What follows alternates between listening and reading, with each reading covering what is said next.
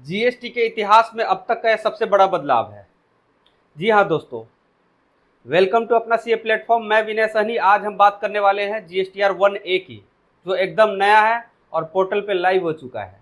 तो आज हम इसका प्रैक्टिकल सेशन देखने वाले हैं, तो वीडियो के अंत तक बने रहिए और लाइक और सब्सक्राइब करना बिल्कुल भी मत भूलिएगा। चलिए, मैंने रिटर्न डैशबोर्ड ओपन कर लिया है जुलाई मंथ का, क्योंकि अभी अभी जुलाई मंथ ख़त्म हुआ है। ये देखिए जीएसटीआर 1A दिख रहा है, पोर्टल पे लाइव हो चुका है। ये बहुत बड़ी खुशखबरी है कि अब आप रिटर्न रिवाइज कर सकते हैं। देखने में ये form same to same GSTR 1 के जैसा है। ऐड रिकॉर्ड डिटेल, नीचे अमेंड रिकॉर्ड डिटेल्स। अगर कोई इनवॉइस आपने जीएसटीआर 1 में नहीं डाला है, वो मिस हो गया है, तो वो आप यहाँ पे ऐड कर सकते हैं। B2C के अंदर भी अगर आप कुछ सेल डालना भूल गए हैं, जैसे अब यहाँ पे स्टेट की बात करें तो जिस स्टेट का B2C आप डालना भूल गए हैं वो स्टेट यहाँ पे ऐड कर सकते हैं। लेकिन जिस स्टेट का सेल आप डाल चुके हैं उसके लिए आपको जाना पड़ेगा अमेंड रिकॉर्ड डिटेल के अंदर। तो एक बार हम देख लेते हैं B2C ऐड करके। अब मैंने जिस स्टेट का डाल दिया उसका डाल के चेक कर लेते हैं, फिर दूध का दूध पानी का पानी हो जाएगा कि सच में ये डाटा एक्सेप्ट कर रहा है या नहीं। क्योंकि मैंने जीएसटीआर 1 में बिहार का डाटा डाल दिया है, और यहाँ पे दोबारा डाल के चेक कर लेते हैं कि अगर कुछ उसमें ऐड करना चाहे तो यहाँ पे ऐड रिकॉर्ड के अंदर हो सकता है या नहीं। तो सेव करते हैं, देखते हैं क्या होता है। देखिए प्रोसेस्ड विथ एरर, और एरर क्या है आप देख सकते हैं। State code already exist in GSTR 1 of the current period. मतलब जिस स्टेट का डाटा आप ऑलरेडी डाल चुके हैं वो ऐड रिकॉर्ड के अंदर आप नहीं डाल सकते। उसके लिए आपको कहाँ जाना पड़ेगा, अमेंड रिकॉर्ड के अंदर। यहाँ पे मैंने फिर से सेम स्टेट सेलेक्ट किया, अमेंड रिकॉर्ड, देखिए यहाँ पे खुल के आ गया। चलिए, तो ये तो क्लियर हो गया कि जो डाटा हम जीएसटीआर 1 में डाल चुके हैं उसमें अगर कोई चेंज है तो किस सेक्शन में जाना है, अमेंड रिकॉर्ड डिटेल्स के सेक्शन में जाना है।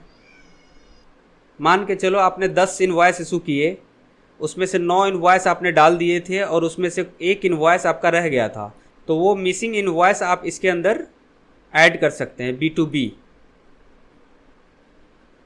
ऐड रिकॉर्ड, इसके अंदर सेम है जैसे जीएसटीआर 1 में ऐड करते हैं वैसे ही यहाँ पे ऐड करके सेव कर लेंगे। और कोई इनवॉइस आप जीएसटीआर 1 में डाल चुके हैं और उसमें कोई चेंज करना है, मान के चलो उसकी वैल्यू में कुछ चेंज हो गया, या एक जीरो मिस्टेक से ज़्यादा डल गया या कम डल गया, उसमें कुछ भी चेंज करना है, तो वो आप यहाँ अमेंडेड B2B इनवॉइस के अंदर चेंज कर सकते हैं। चलिए एक चेंज करके दिखा देते हैं। ये डाटा खुल के आ गया। अब क्या क्या चेंज कर सकते हैं, इनवॉइस नंबर चेंज कर सकते हैं, डेट चेंज कर सकते हैं, अमाउंट चेंज कर सकते हैं, इनवॉइस वैल्यू का अमाउंट चेंज कर सकते हैं, टैक्सेबल वैल्यू का अमाउंट चेंज कर सकते हैं, प्लेस ऑफ सप्लाई चेंज कर सकते हैं। लेकिन क्या नहीं चेंज कर सकते, वो है जीएसटी नंबर। आप जीएसटी नंबर नहीं चेंज कर सकते, ये कमी है। अब देखो गलती तो कुछ भी हो सकती है ना, जब अमाउंट में आप मिस्टेक कर सकते हो तो जीएसटी नंबर में भी मिस्टेक कर सकते हो। मान के चलो आपको मिस्टर एक्स का जीएसटी नंबर डालना था, लेकिन गलती से आपने किसी और का जीएसटी नंबर डाल दिया, तो आप इसमें सुधार नहीं कर सकते, इसको रिवाइज नहीं कर सकते। ये मेरे ख्याल से अभी कमी है, इसमें और सुधार की ज़रूरत है। जीएसटी नंबर भी चेंज करने का ऑप्शन देना चाहिए, क्योंकि गलती तो कुछ भी हो सकता है। अमाउंट डालने में अगर गलती हो सकती है तो जीएसटी नंबर डालने में भी गलती हो सकती है। गलती किसी से भी हो सकती है, इंसान है तो गलती होगी। अभी तक तो ये भी चेंज करने का ऑप्शन नहीं था, चलो कम से कम ये तो चेंज करने का ऑप्शन दे दिया, तो ये भी बहुत बड़ी बात है। अब जो भी चेंज करना होगा चेंज करके आप जनरेट समरी करके जैसे जीएसटीआर 1 सबमिट करते हैं वैसे सबमिट कर सकते हैं। अब चलिए बात करते हैं आपके मन में क्या क्या डाउट आ सकता है। पहला डाउट आ सकता है कि इसकी ड्यू डेट क्या है। जवाब है इसका कोई ड्यू डेट नहीं है, ये आप तब तक फाइल कर सकते हो जब तक आपने जीएसटीआर 3B फाइल नहीं किया है।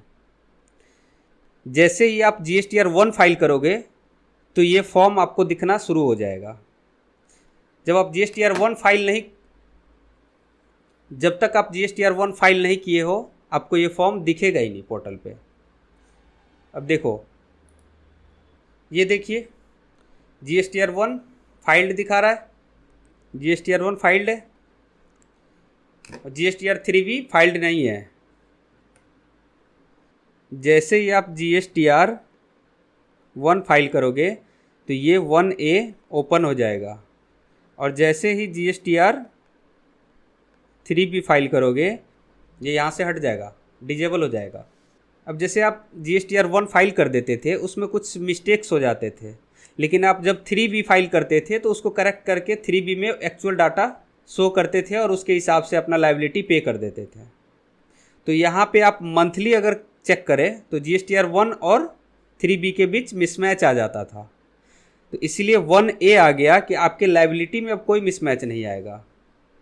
अब जो 3B के अंदर फिगर दिखेगा वो कौन सा दिखेगा, GSTR1 और GSTR1A का कंबाइंड डाटा दिखेगा।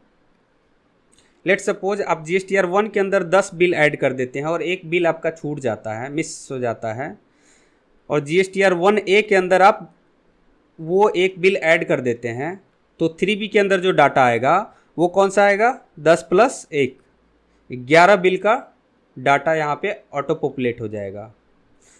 तो फिर आपका मंथली मिसमैच ख़त्म हो जाएगा। एक तरह से GSTR1 और 3B के बीच का ये पुल है। क्लियर हो गया। अब दूसरा डाउट जो आ रहा होगा आपके मन में वो ये आ रहा होगा कि क्या हम किसी और मंथ का डाटा इसमें अमेंड कर सकते हैं, चेंज कर सकते हैं।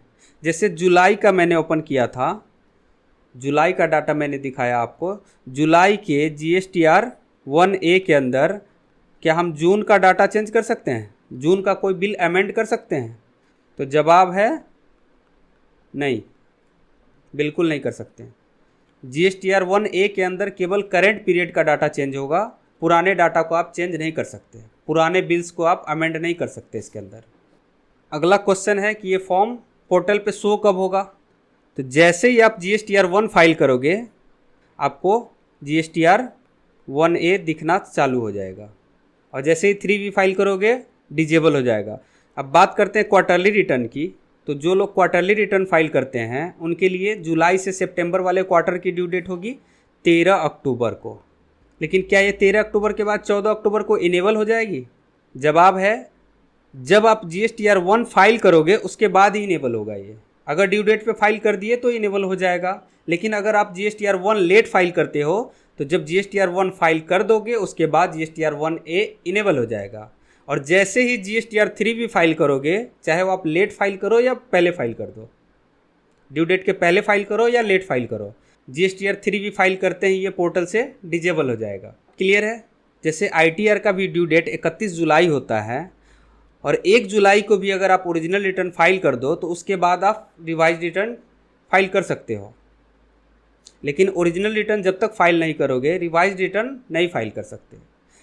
चलिए अब तीसरा क्वेश्चन अराइज होता है कि क्या ये फॉर्म कंपलसरी है। जवाब है नहीं, ये आपके लिए ऑप्शन दिया गया है, एडिशनल फैसिलिटी दिया गया है कि आपसे अगर कोई मिस्टेक हो गई है तो आप उसको ठीक कर सकते हैं। अब मिस्टेक ही नहीं हुई तो ज़बरदस्ती क्या ठीक करेंगे। ये GSTR1A कंपलसरी नहीं है, ये ऑप्शनल है। और सबसे इम्पोर्टेंट जो हमने पोर्टल पे भी दिखाया है आपको कि GSTIN आप चेंज नहीं कर सकते, वैल्यू में चेंज कर सकते हैं, लेकिन अगर पार्टी का GST नंबर गलत डल गया है तो वो आप यहाँ पे चेंज नहीं कर सकते हैं। यहाँ पे सुधार की ज़रूरत है। आई होप इसमें जल्द ही गवर्नमेंट कुछ ना कुछ सुधार लेके आएगी। तो चलिए आज का सेशन यहीं पे एंड करते हैं। आई होप आप सबको ये सारी बातें समझ में आ गई होगी। अगर कोई भी कन्फ्यूजन हो तो कमेंट करके पूछ सकते हैं या किसी भी सपोर्ट के लिए नीचे दिए गए नंबर पे कॉल कर सकते हैं। अगर आप भी मेरे साथ अपडेटेड रहना चाहते हैं तो चैनल को सब्सक्राइब कर ले और बेल आइकन का बटन दबा दे ताकि कोई भी अपडेट आए तो सबसे पहले आपके मोबाइल पे नोटिफिकेशन पहुंच जाए। Thank you.